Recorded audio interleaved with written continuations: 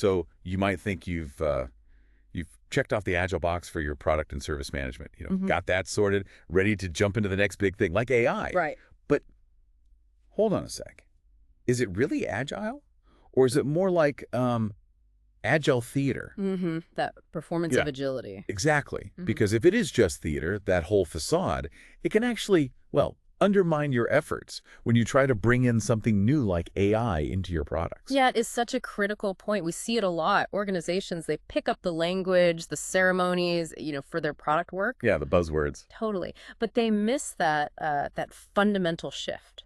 How they think, how they behave, it doesn't change deep down. Okay. So that's what this deep dive is really about. We want to explore that crucial difference between real, authentic agility in managing products and services and, well, the imitation. And crucially, what you can actually do about it. Yes. The goal here is to help you figure out if your approach, your Agile approach, is genuinely helping your product and service delivery. And if it's not, what needs to change? What needs to evolve? Okay, let's unpack this a bit then. When we talk about real Agile, specifically for managing products and services, what are we actually saying? Well, fundamentally, it really boils down to adaptability, right? Being flexible. The name itself, Agile, kind of implies that nimbleness, especially when the market shifts for your products. Absolutely. And it's also about those constant feedback loops, Seamless communication teams, stakeholders. And the big one, continuous delivery of actual value to your customers, not just being busy. That's the core distinction, isn't it? The difference between doing Agile and being Agile when you're managing products. Explain that a bit more. Sure. So lots of companies focus on the doing, implementing the practices, the frameworks into their product workflows, checking the boxes. But real agility, that comes from the being part, embodying that flexible mindset, fostering collaboration across the whole product life cycle. You can follow all the steps in the book. Right. But if those underlying principles aren't driving your product decisions, you're not really agile. Makes sense. So let's dive into this fake Agile then, applied to product and service management. What does it actually look like? What are the signs? Often, it shows up as the surprising amount of rigidity, like really process heavy. Which is ironic, right? Calling it Agile. Exactly. You see, organizations get really, really attached to specific Agile frameworks. They treat them like a strict recipe, not as flexible guidelines for how their products or services should evolve. Yeah, it's almost paradoxical. This attempt to be Agile ends up creating something that's, well, anything but adaptable. Precisely. And it definitely doesn't lead to that genuine business agility, that responsiveness you need in today's markets to manage products effectively. So how does this happen? How do companies end up here? Well, often it's more like Agile acquisition than true Agile adoption, especially in product management. Acquisition versus adoption. Okay. Yeah. Yeah. Acquiring Agile is, relatively speaking, easy. You hire trainers, consultants, they teach the practices used in product development. Check. Done that. Right. It's a task ticked off a list.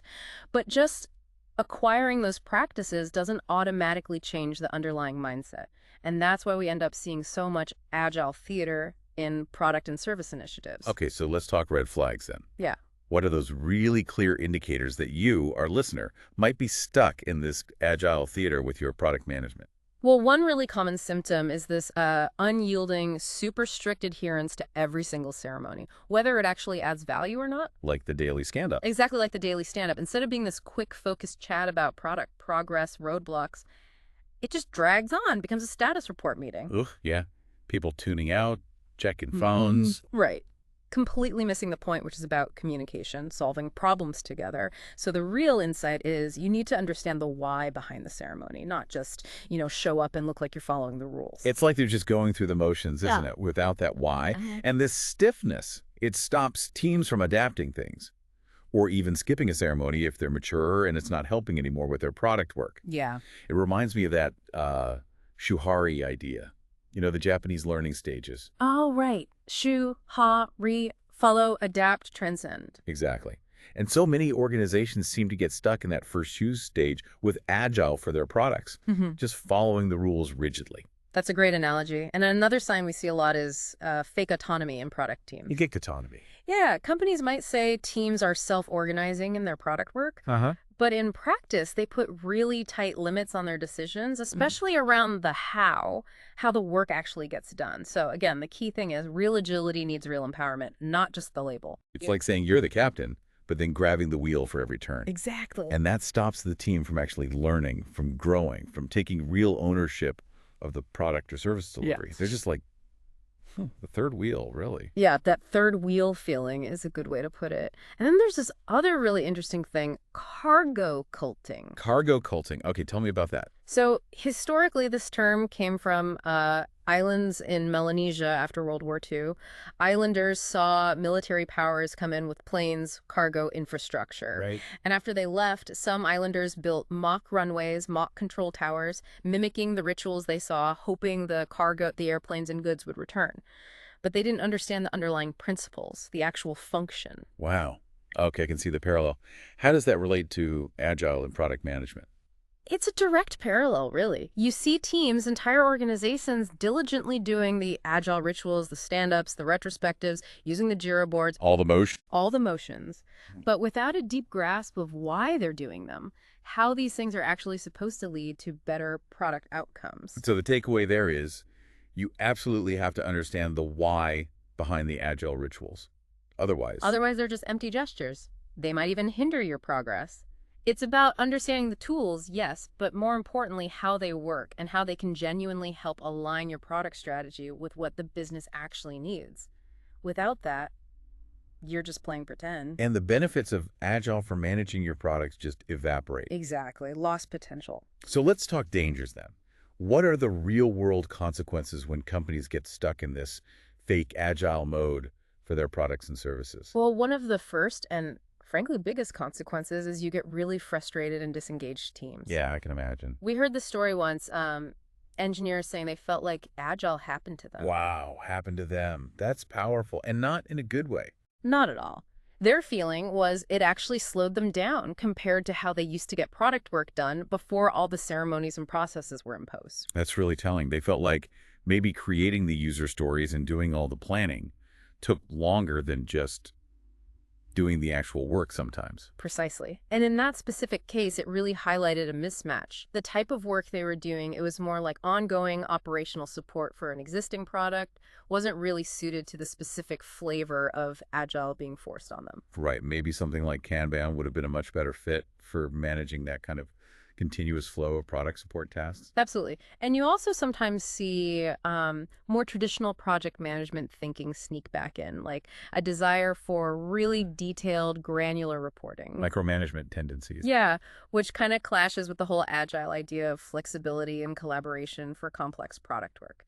That traditional approach, often called waterfall, is very linear, sequential. Each stage has to be finished before the next starts.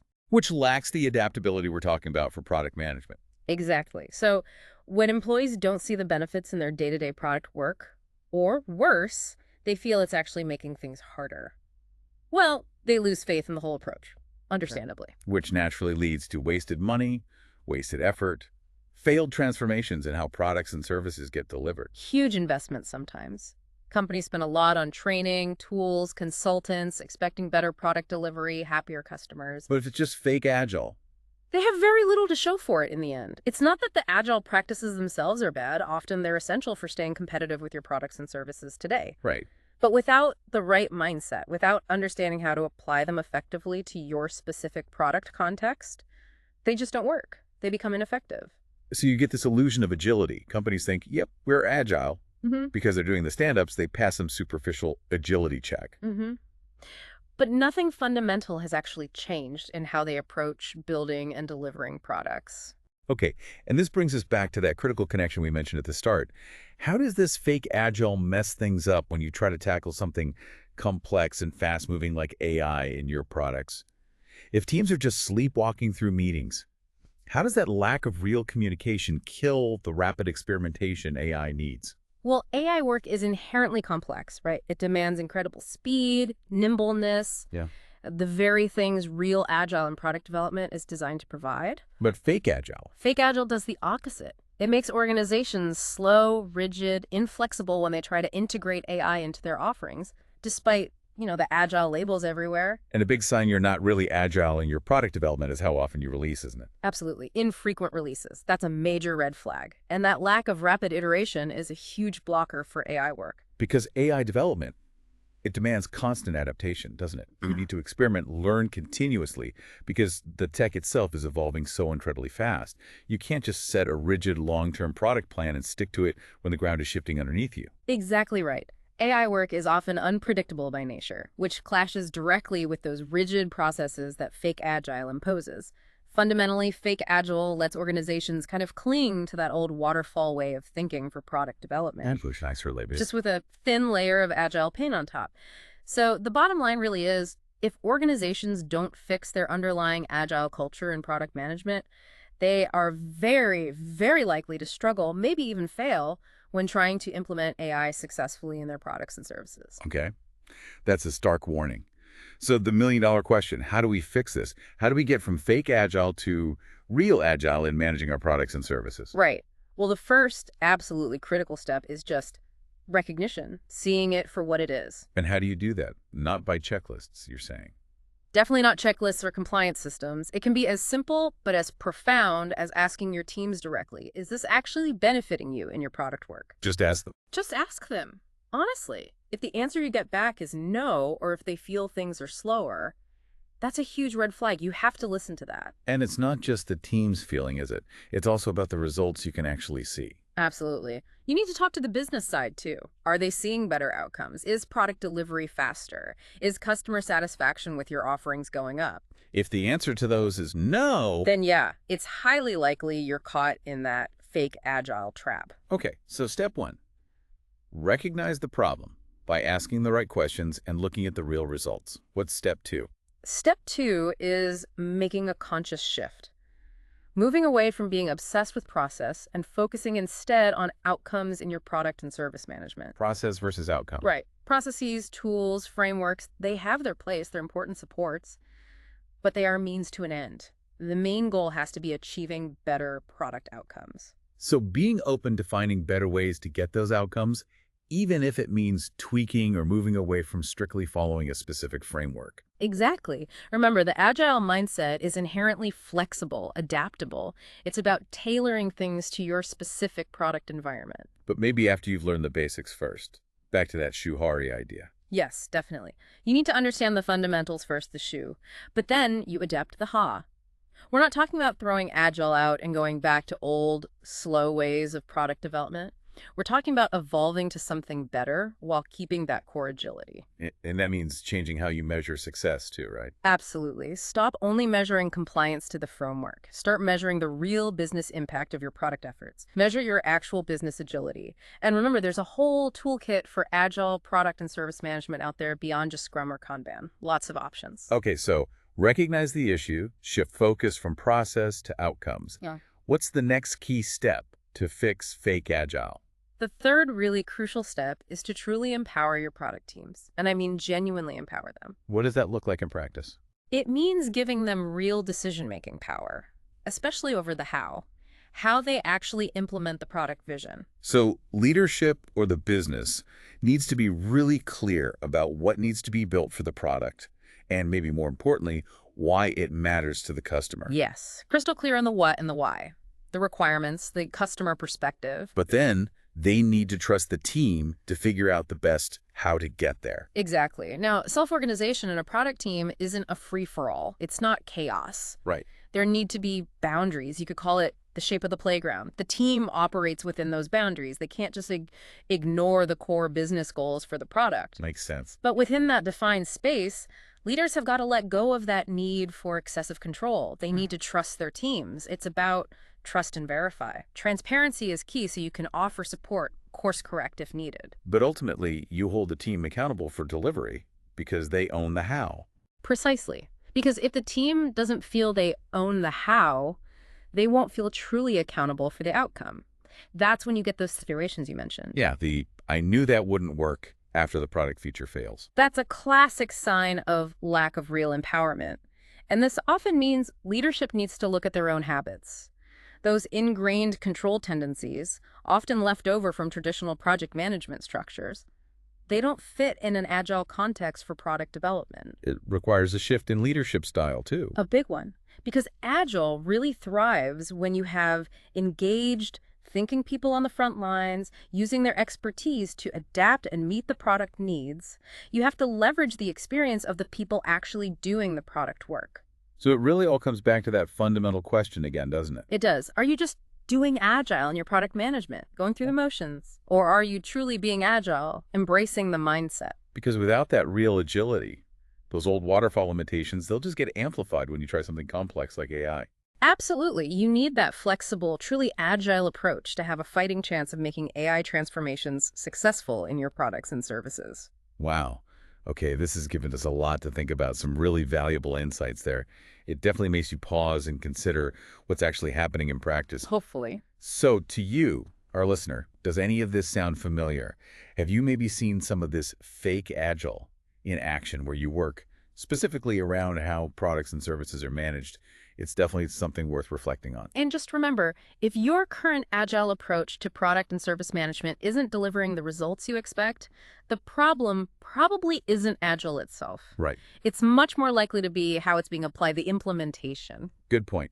Well, if you are keen to explore this further, maybe dive deeper into how to really foster team self-organization and achieve that genuine agility in your product development work, definitely check out the links in the description below. We've put some valuable source videos there for you.